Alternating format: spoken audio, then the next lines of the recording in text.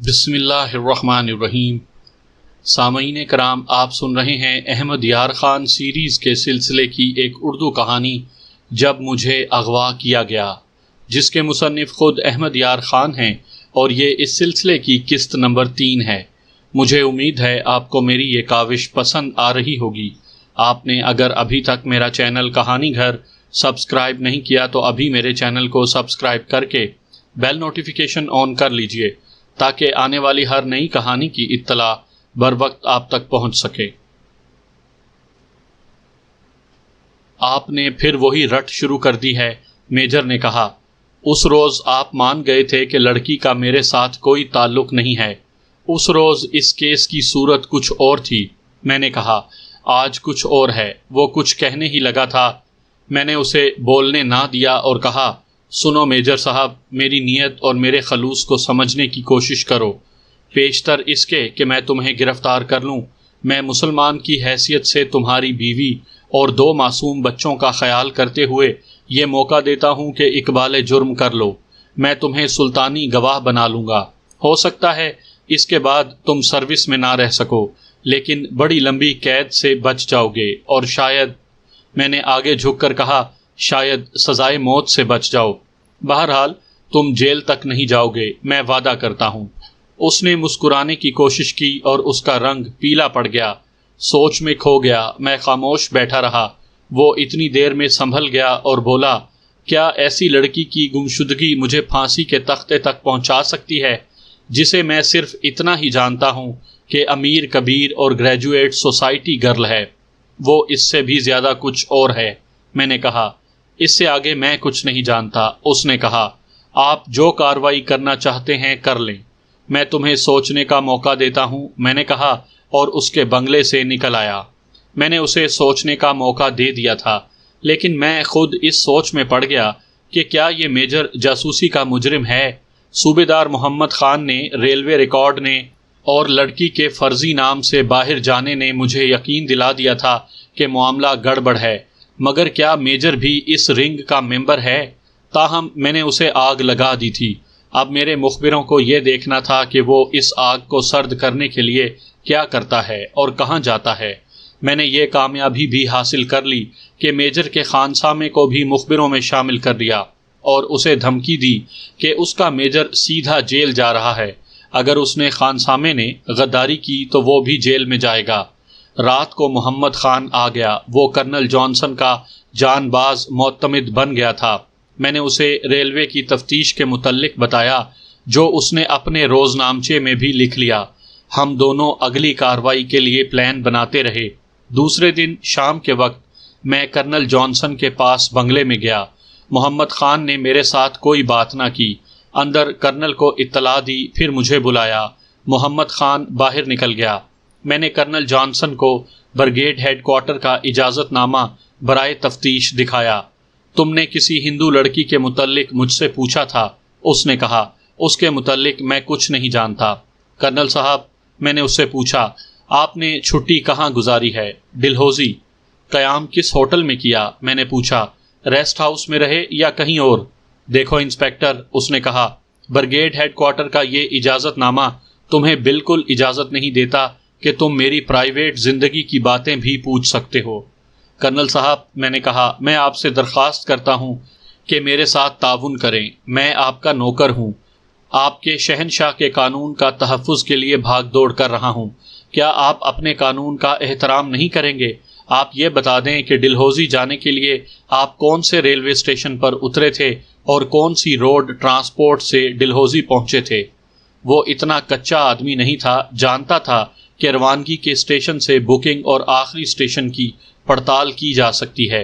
اس نے آخری اسٹیشن صحیح بتایا، اور پھر یہ بتایا کہ وہ ایک دن وہاں رہا، وہاں سے اسٹیشن تک گیا اور ایک دوست کی کار سے ڈلہوزی گیا۔ میں نے اپنا یہ سوال دہرایا کہ وہ ڈلہوزی کہاں ٹھہرا تھا۔ اس نے جواب دینے کے بجائے ٹال مٹول کی۔ میں نے مسلسل 1 گھنٹہ اس کے ساتھ مغز کھپائی کی، مگر اس نے ایسے ایسے پینترے بدلے کہ مجھے پریشان کر دیا۔ کمرے کے اندرونی دروازے کا پردہ گرا ہوا تھا۔ پردے کے نیچے مجھے 2 پاؤں نظر آئے۔ یہ محمد خان کے پاؤں تھے۔ وہ چھپ کر ہماری باتیں سن رہا تھا۔ یہ ضروری نہیں تھا کہ کرنل جانسن مجھے ہر سوال کا صحیح جواب دیتا، اور نہ ہی مجھے امید تھی کہ وہ صحیح جواب دے گا۔ مجھے اس کا صرف رویہ دیکھنا تھا۔ وہ میں نے دیکھ لیا تھا۔ کرنل جانسن نے ڈلہوزی تک کے سفر کو پراسرار بنا دیا تھا۔ میں اصرار کرتا ہی رہا کہ وہ مجھے بتا دے کہ وہ کہاں ٹھہرا تھا۔ میں شکار کھیلنے گیا تھا، اس نے جواب دیا۔ باہر کیمپ کرتا رہا ہوں۔ مجھے وہ علاقہ بتا دیں جہاں آپ نے شکار کھیلا ہے۔ میں نے پوچھا، آپ نے کلی تو ضرور لیے ہوں گے۔ اس نے ضد چھوڑ کر جواب دیا، میں یہاں بیٹھا اس علاقے کی نشاندہی نہیں کر سکتا۔ مجھے اپنے کارتوسوں کا ریکارڈ دکھا دیں۔ میں نے کہا، آپ نے کتنا ایمیونیشن فائر کیا ہے؟ کتنا خریدا؟ کہاں سے خریدا؟ وہ غصے سے اچھل پڑا، کہنے لگا، میں بریگیڈ کمانڈر سے بات کر کے تمہارے ساتھ بات کروں گا۔ میں برداشت نہیں کر سکتا کہ ایک انڈین انسپیکٹر مجھے گھٹیا قسم کا ملزم سمجھ لے۔ تم جا سکتے ہو۔ میں وہاں سے یہ یقین لے کر تھانے چلا گیا کہ کرنل جانسن اور ہندو لڑکی اگر جاسوس نہیں تو جاسوسی کی حد تک پر اصرار ضرور ہیں، مگر مجھے تفتیش کے لیے کوئی ایسا زاویہ نظر نہیں آ رہا تھا جس طرف سے میں حملہ کر سکوں اور کامیاب ہو جاؤں۔ رات صوبیدار محمد خان نے آ کر بتایا کہ مسلمان میجر کرنل جانسن کے گھر گیا تھا اور بہت دیر بعد واپس آیا۔ میرے مخبروں نے صبح آ کر مجھے بتایا کہ رات 11 بجے میجر باہر نکلا، اس کا تعاقب کیا گیا لیکن آبادی میں کہیں غائب ہو گیا۔ 12:30 بجے وہ واپس آیا۔ اس کے ساتھ 2 آدمی تھے جنہیں اندھیرے کی وجہ سے پہچانا نہ جا سکا۔ کرنل جانسن اپنے بنگلے میں رہا۔ مخبر ابھی رپورٹ دے کر رخصت ہوئے ہی تھے کہ ہندو لڑکی کا باپ آ گیا۔ میں سوچنے لگا کہ یہ بھی جاسوسوں کے رنگ کا ممبر ہو سکتا ہے اور یہ اپنی بیٹی کو استعمال کر رہا ہے۔ جناب، کیس ختم کر دیں، اس نے کہا۔ لڑکی رات واپس آ گئی ہے، کہتی ہے کہ سہیلیوں کے ساتھ ڈلہوزی چلی گئی تھی۔ اور آپ نے مان لیا کہ وہ سہیلیوں کے ساتھ گئی تھی؟ میں نے پوچھا۔ اور وہ ڈلہوزی ہی گئی تھی۔ بہرحال وہ واپس آ گئی ہے، اس نے شکست کھائے ہوئے لہجے میں دبی دبی زبان سے کہا۔ یہ تو میری بدقسمتی ہے کہ میں اس قسم کی لڑکی کا باپ ہوں۔ میں مانوں یا نہ مانوں، اس سے اسے کیا فرق پڑتا ہے؟ بہرحال آپ کا کیس ختم ہو گیا ہے۔ جی نہیں مہاراج، میں نے اسے کہا، کیس اب شروع ہوا ہے، آپ لڑکی کو یہاں لے آئیں۔ وہ پسو پیش کرنے لگا، لڑکی کو تھانے میں نہیں لانا چاہتا تھا۔ میں نے اسے کہا، اگر آپ لڑکی کو میرے پاس نہیں لائیں گے تو میں آپ کے خلاف مقدمہ کھڑا کر دوں گا کہ آپ نے ایک مسلمان میجر کو ایک غلط بل پاس کرنے پر مجبور کرنے کے لیے اپنی لڑکی کو اپنے گھر میں چھپائے رکھا اور میجر کے خلاف شک کا تحریری طور پر اظہار کیا۔ وہ سخت گھبرایا۔ اس نے ہاتھ جوڑ کر کہا، آپ جتنی رقم مانگتے ہیں میں ابھی دے دوں گا۔ یہ کیس فائل کر دیں۔ میں اس لڑکی کے ہاتھوں پہلے ہی بہت پریشان ہوں۔ مجھے خیال آیا کہ اگر اسے لڑکی کو لانے کے لیے بھیج دیا تو یہ لڑکی کو کہیں غائب کر کے کہہ سکتا ہے کہ معلوم نہیں کہاں چلی گئی ہے۔ میں نے اپنے ASI سے کہا کہ لڑکی کو یہ بتا کر لے آئے کہ تمہارا باپ تھانے میں بیٹھا ہے اور تمہیں بلا رہا ہے۔ وہ چلا گیا۔ وہ لڑکی کو 1 گھنٹے بعد لے آیا۔ وہ واقعی غیر معمولی طور پر خوبصورت تھی، بلکہ اس کا حسن خطرناک تھا۔ میں نے اس کے باپ کو باہر نکال دیا اور لڑکی سے پوچھا کہ وہ کہاں گئی تھی۔ اس نے جواب دیا کہ سہیلیوں کے ساتھ ڈلہوزی چلی گئی تھی۔ میں نے پوچھا کہ وہ سہیلیاں کون کون سی ہیں، ان کے نام کیا ہیں، اور وہ ڈلہوزی کون سے ہوٹل میں ٹھہری تھی۔ میں بالغ ہوں، جہاں چاہوں جا سکتی ہوں اور جہاں چاہوں ٹھہر سکتی ہوں، اس نے جواب دیا۔ بالغ ہو جانے سے لڑکی کو یہ اجازت نامہ نہیں مل جاتا کہ وہ اپنے والدین کو اور پولیس کو پریشان کر سکتی ہے۔ میں نے اسے کہا، تمہارے باپ نے رپورٹ رجسٹر کروائی تھی کہ تم لاپتہ ہو گئی ہو۔ پولیس کئی دنوں سے تفتیش کر رہی ہے اور تم نے آ کر کہہ دیا ہے کہ میں بالغ ہوں۔ اب تمہیں یہ ثابت کرنا پڑے گا کہ تم اپنی سہیلیوں کے ساتھ ڈلہوزی گئی تھی۔ مجھے اس گھر کا یا ہوٹل کا نام بتاؤ جہاں تم ٹھہری ہوئی تھی، اور سہیلیوں کے نام پتے بھی لکھواؤ۔ پولیس کے ساتھ اسے پہلی بار پالا پڑا تھا۔ اس پر خاموشی طاری ہو گئی۔ کبھی بے چین نظروں سے مجھے دیکھتی تھی اور کبھی سر جھکا لیتی تھی۔ میں نے اس سے پوچھا، تم کون سی گاڑی سے گئی تھی اور کس تاریخ کو گئی تھی؟ اس نے کہا کہ وہ بس سے گئی تھی اور تاریخ بھی غلط بتائی۔ میں نے اسے کہا، تم فلاں تاریخ فلاں گاڑی سے فرسٹ کلاس میں گئی تھی۔ کہو تو میں یہ بھی بتا دوں کہ تم نے کس اسٹیشن پر گاڑی چھوڑی اور وہاں سے کہاں گئیں؟ اس کی آنکھیں ابل کر باہر آنے لگیں۔ میں نے اسے سنبھلنے نہیں دیا اور پوچھا، اگر تم بتا دو کہ کرنل جانسن کے ساتھ تم کہاں کہاں گئی تھی تو میں تمہیں سلطانی گواہ بنا لوں گا۔ میں کرنل جانسن کو نہیں جانتی۔ اس نے ذرا سنبھل کر کہا، وہ کون ہے جس کے سامنے تم فلاں میجر کے بنگلے میں تمام کپڑے اتار دیا کرتی ہو؟ میں نے اس کی آنکھوں میں آنکھیں ڈال کر کہا، وہ تمہارے جسم کے ایک ایک بال سے واقف ہے اور تم کہتی ہو کہ تم اسے جانتی ہی نہیں۔ وہ ڈھیٹ ہو گئی، کہنے لگی، اگر ایسی بات تھی تو آپ مجھے موقع پر گرفتار کر لیتے۔ اس کے بعد اس کا خوف ختم ہو گیا اور وہ سنبھل کر باتیں کرنے لگی۔ میں نے اسے گھیرنے کے لیے اتنی باتیں کی کہ میرے جبڑے تھک گئے۔ انسپکٹر صاحب، اس نے کہا، آپ کیوں اپنا وقت ضائع کرتے ہیں؟ چلیے اپنے کوارٹر میں آپ کے سامنے بھی کپڑے اتار دوں گی۔ چلیے ختم کیجئے اس چکر بازی کو۔ اس نے میرا ہاتھ اپنے ہاتھ میں لے لیا۔ میں نے اس کی آنکھیں اور مسکراہٹ دیکھی تو میں ایک بار تو کانپ ہی گیا۔ اس مسکراہٹ سے اور آنکھوں کی چمک سے بچنا آسان کام نہیں تھا۔ تفتیش کا یہ مرحلہ بڑا ہی صبر آزما ہوتا ہے۔ پتھر بھی موم ہو جایا کرتے ہیں۔ بڑے بڑے جابر تھانے دار کی تھانے داریاں ریت کی ڈھیریاں بن جاتی ہیں اور زنجیریں پگھل جاتی ہیں۔ میں فرشتہ نہیں تھا، لیکن اللہ نے مجھے بچا لیا کہ لڑکی کا باپ اندر آ گیا۔ میرا ASI اسے پیچھے گھسیٹ رہا تھا۔ میں کمرے سے نکل گیا اور لڑکی کے باپ کو اس قدر ڈانٹ پلائی کہ لڑکی کے حسن کا جادو اتر گیا۔ لڑکی کے باپ کو میں نے تھانے سے نکال دیا۔ میں ایک خطرہ مول لے رہا تھا۔ لڑکی میری نگاہ میں مشتبہ تھی، مگر کوئی شہادت نہیں تھی سوائے اس کے کہ اس نے اپنے خلاف شک پختہ کر دیا تھا۔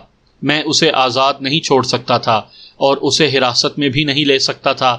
خطرہ یہ تھا کہ اس کا باپ میرے خلاف اپنی بیٹی کو حبس بے جا میں رکھنے کی فوری چارہ جوئی کر سکتا تھا۔ معاملہ جوان اور خوبصورت لڑکی کا تھا۔ کوئی مرد ہوتا تو میں نہ ڈرتا۔ لڑکی مجھ پر محض جھوٹا الزام عائد کر سکتی تھی کہ میں نے اس کی عزت پر حملہ کیا ہے۔ یہ ثابت تو نہ ہو سکتا تھا، لیکن جج لڑکی کو دیکھ کر میرے خلاف شک کر سکتا تھا۔ میں نے یہ بھی سوچا کہ اسے ملٹری انٹیلیجنس کے حوالے کر دوں، لیکن میرے پاس کوئی ٹھوس جواز نہیں تھا، اور حقیقت یہ ہے کہ لڑکی میں واقعی ایسا جادو تھا کہ میرا ایمان لڑک سکتا تھا۔ شام ہو گئی، اس کا باپ پھر آ گیا۔ میں نے اس کی تحریری ضمانت پر لڑکی اس کے حوالے کر دی اور سختی سے ہدایت دی کہ لڑکی ہر وقت گھر میں رہے اور جب بھی طلب کی جائے فوری طور پر پیش کر دی جائے۔ باپ کو میں نے خبردار کیا کہ اس نے ذرا سی بھی ہیرا پھیری کی تو اسے گرفتار کر لیا جائے گا۔ لڑکی چلی گئی۔ میں صوبیدار محمد خان کا انتظار کرتا رہا، مگر وہ نہ آیا۔ دوسرے دن میں نے آزمائش کے طور پر لڑکی کو بلایا۔ اس کا باپ اسے فوراً لے کر آ گیا۔ میں نے لڑکی کو اکسایا کہ وہ اقبال جرم کر کے سلطانی گواہ بن جائے۔ اس نے اپنا جرم پوچھا، لیکن میں نے اسے نہیں بتایا۔ کچھ دیر بعد میں نے اسے واپس بھیج دیا اور سوچنے بیٹھ گیا کہ کون سی لائن اختیار کروں۔ اتنے میں ٹیلی فون کی گھنٹی بجی۔ میجر بول رہا تھا۔ اس نے کہا، آپ نے مجھے سلطانی گواہ بننے کی پیشکش کی تھی۔ میں نے اس پر غور کیا ہے اور فیصلہ کیا ہے کہ آپ کے مشورے پر عمل کروں۔ آپ مجھے کس طرح یقین دلا سکتے ہیں کہ مجھے سلطانی گواہ ضرور بنا لیا جائے گا؟ اگر پسند کریں تو رات 10:30 بجے میرے بنگلے میں آ جائیں، تفصیلی بات کر لیں گے۔ میں احتیاط کی غرض سے تھانے میں نہیں آنا چاہتا۔ متعلقہ لوگ دیکھ لیں گے، پھر انہیں پکڑنا آپ کے لیے مشکل ہو جائے گا۔ میں بہت خوش ہوا۔ سلطانی گواہ مل جانے سے تفتیش کی سردردی ختم ہو جائے گی۔ میں نے اسے بتایا کہ میں رات 10:30 بجے آ جاؤں گا۔ میں خوش تو ضرور تھا، لیکن جیسا کہ میں نے آپ کو پہلی کہانیوں میں سنایا ہے کہ ملزم کے اقبال جرم سے کیس مکمل نہیں ہو جایا کرتا، یہاں بھی خطرہ تھا کہ ایک ملزم اقبال جرم کر لے گا تو کیا مجھے شہادت بھی مل جائے گی؟ یہ تو اکثر ہوتا تھا کہ ایک ملزم کو سلطانی گواہ بنا کر اس پر اعتماد کیا اور نامکمل سی شہادت لے کر کورٹ میں چلے گئے۔ وہاں سلطانی گواہ منحرف ہو گیا اور کہہ دیا کہ لالچ دے کر مجھ سے اقبال جرم کروا لیا گیا ہے۔ یہاں یہ خطرہ زیادہ شدید تھا کیونکہ یہ جاسوسی کا معاملہ تھا۔ جاسوسی کی شہادت فراہم کرنا بعض حالات میں ناممکن ہو جاتا ہے، تاہم میجر سے ملنے میں کوئی حرج نہیں تھا۔ میں صوبیدار محمد خان کا انتظار کر رہا تھا، وہ آ جاتا تو میں جاسوسی کے متعلق 2-4 باتیں پوچھ لیتا، مگر وہ پھر نہ آیا۔ شام ہو گئی، پھر رات کے 9 بج گئے۔ میں میجر کے ہاں جانے کی تیاری کرنے لگا، ریوالور پتلون کی جیب میں ڈال لیا اور کسی حد تک فاتحانہ انداز سے چل پڑا۔ میں بہت خوش تھا کہ جاسوسی کا پہلا ہی کیس ہاتھ میں لیا ہے اور کامیاب رہا ہوں۔ میں میجر کے بنگلے سے ذرا دور تانگے سے اترا تاکہ اپنے کسی مخبر کو پتہ چل جائے کہ میں اندر جا رہا ہوں۔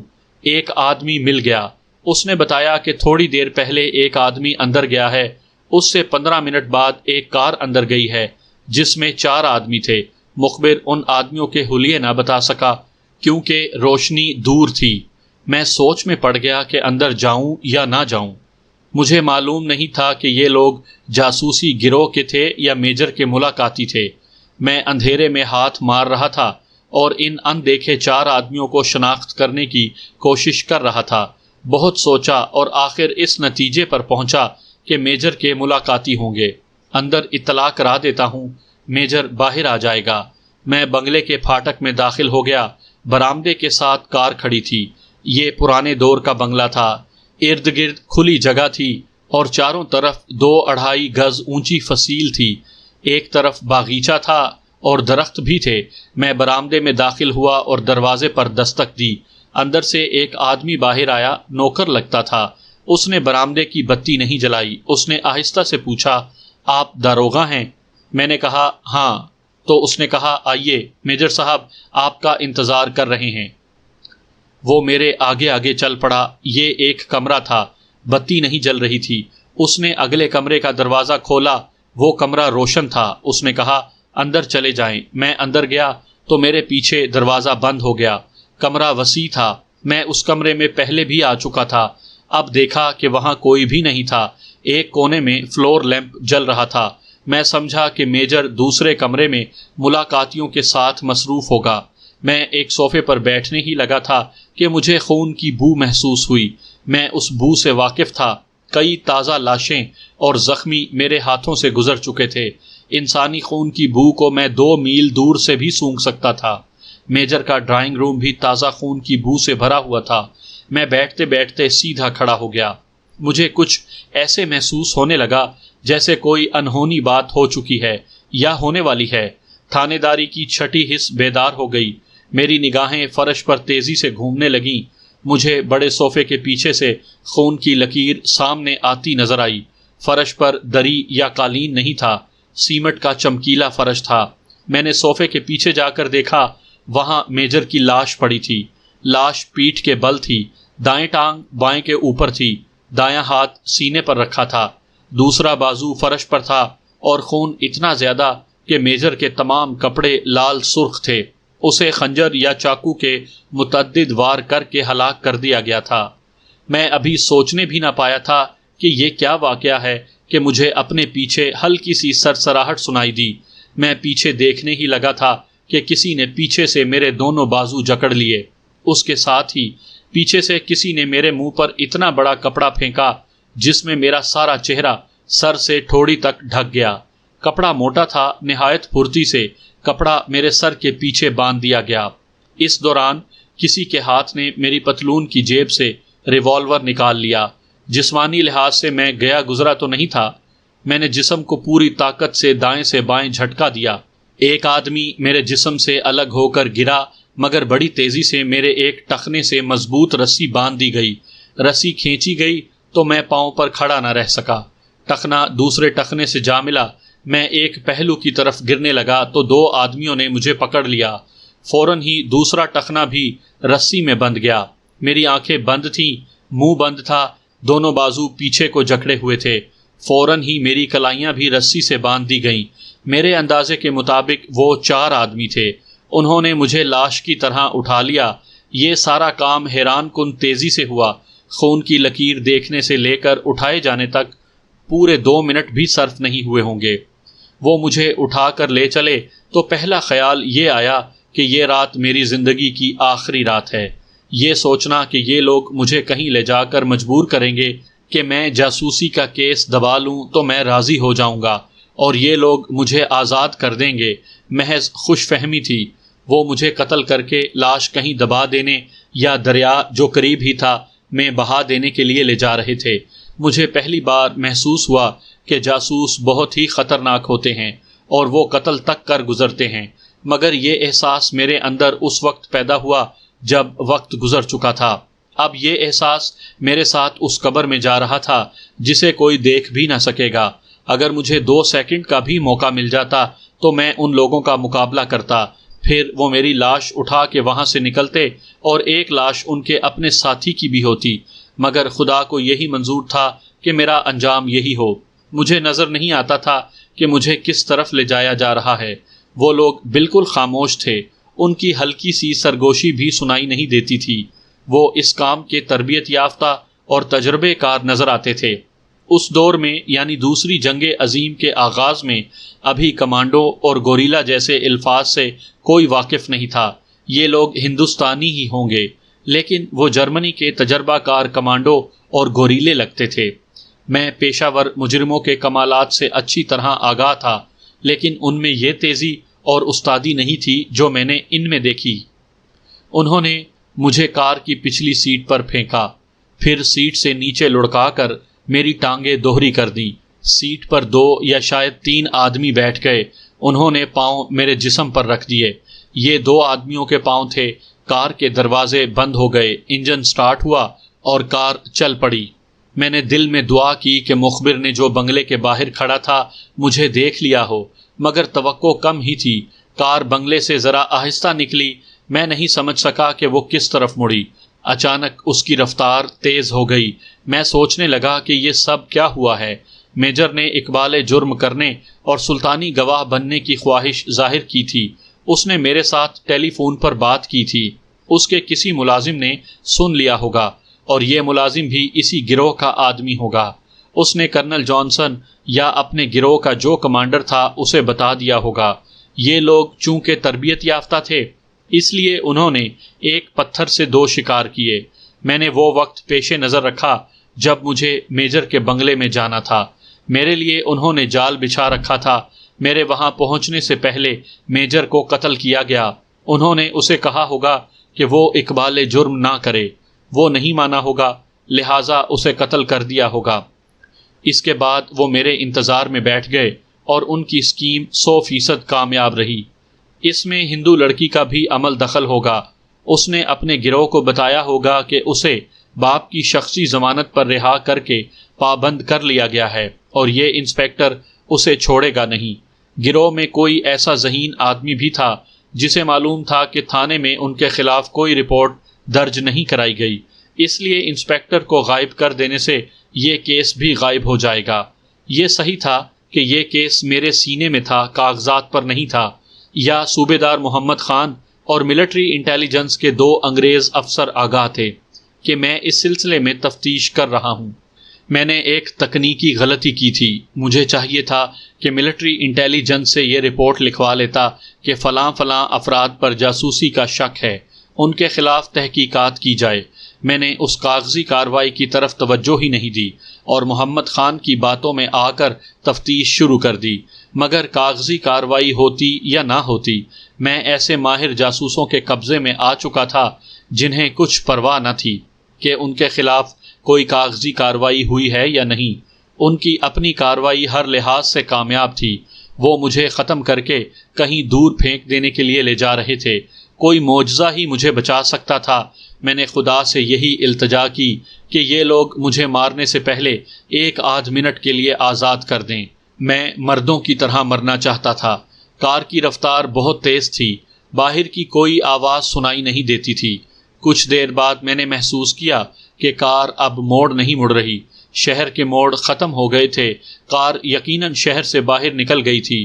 کار کی رفتار اچانک اس طرح کم ہوئی جیسے ڈرائیور نے ایکسیلیٹر سے یک لخت پاؤں اٹھا لیا ہو۔ مجھے کار میں کسی کی آواز سنائی دی، "They have blocked the road." انہوں نے سڑک بند کر رکھی ہے۔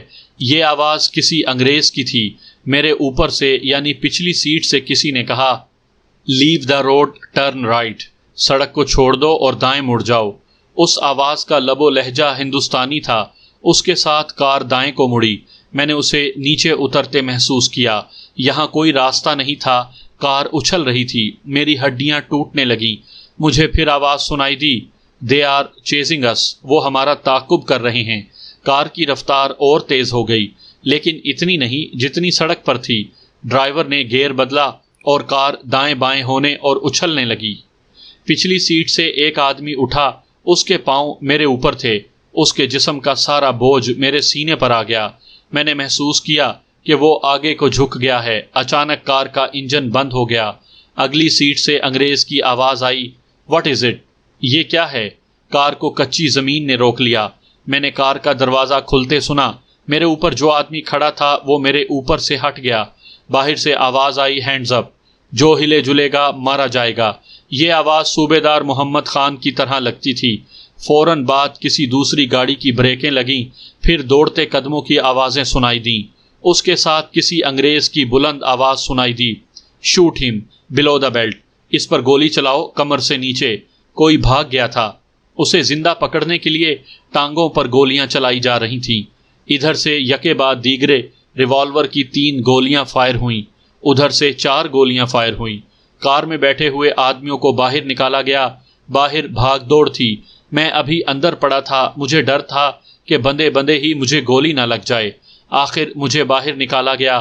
میرے ہاتھ اور پاؤں کھل گئے، چہرے سے کپڑا بھی ہٹ گیا۔ بہت سے آدمی بیک وقت بول رہے تھے، زیادہ تر انگریزی بولی جا رہی تھی۔ یہ سب انگریز تھے۔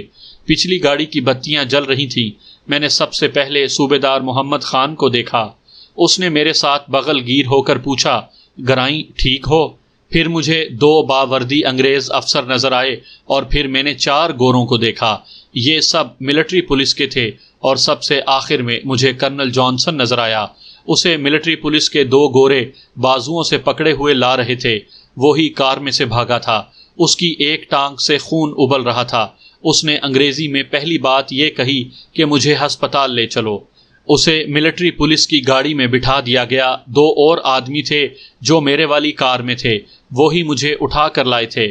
انہیں ایک ہی ہتکڑی میں باندھ دیا گیا اور انہیں بھی ملٹری پولیس کی گاڑی میں لے گئے۔ ایک انگریز میجر کار کے اسٹیئرنگ پر بیٹھ گیا، اس کے ساتھ ایک گورا سارجنٹ بیٹھا۔ پچھلی سیٹ پر مجھے اور صوبیدار محمد خان کو بٹھایا گیا۔ کار چلی تو محمد خان نے مجھے کہا، گرائیں تمہارے ٹخنے اور ہاتھ میں نے باندھے تھے۔ میں نے اسے حیران ہو کر دیکھا تو اس نے کہا، میں بھی ان لوگوں میں تھا جو تمہیں میجر کے بنگلے سے اٹھا لائے تھے۔ ابھی چپ رہو، کل ساری بات بتاؤں گا۔ میجر کو قتل کس نے کیا ہے؟ میں نے پوچھا۔ معلوم نہیں، اس نے کہا، ہمارے وہاں جانے سے پہلے قتل ہو چکا تھا، ابھی زیادہ نہ بولو۔ اتنے میں انگریز میجر نے ہمارے ساتھ باتیں شروع کر دیں۔ کار چھاؤنی میں داخل ہوئی، دوسری گاڑی فوجی ہسپتال کی طرف چلی، ہماری کار مسلمان میجر کے بنگلے میں داخل ہوئی۔ انگریز میجر کو ابھی غالباً یہ نہیں بتایا گیا تھا کہ مسلمان میجر قتل ہو چکا ہے۔ ہم سب کار سے نیچے اترے اور بنگلے کے اندر چلے گئے۔ انگریز میجر موقع واردات دیکھنا چاہتا تھا۔ ڈرائنگ روم میں گئے تو میجر آگے آگے تھا۔ صوبیدار محمد خان اس سے آگے ہو گیا اور میجر کو ڈرائنگ روم میں صوفے کے پیچھے لے گیا جہاں مسلمان میجر کی لاش پڑی تھی۔ انگریز میجر نے گھبرا کر پوچھا، یہ کیا ہے؟